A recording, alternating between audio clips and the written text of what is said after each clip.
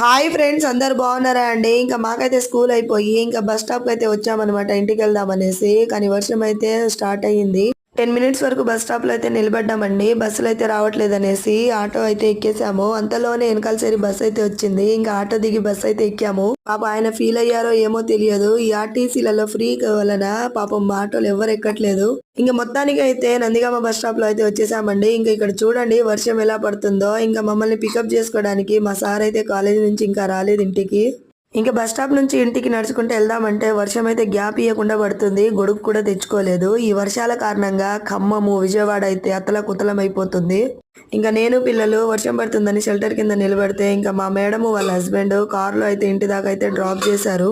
ఇంకా ఇంటికి వచ్చి చూస్తే వాటర్ అయితే ఇంటి ముందర అలాగే స్లాబ్ మీద అయితే మొత్తం స్టెక్ అయ్యాయి అనమాట. ఇంకా మొత్తం చూడండి ఎలా ఉన్నాయో వాటరు. ఇంకా నేనైతే గొడుగు పట్టుకొని మొత్తం అయితే తీసేస్తున్నాను అనమాట. మీ దగ్గర వర్షం పడుతుందా? కామెంట్ చేయండి.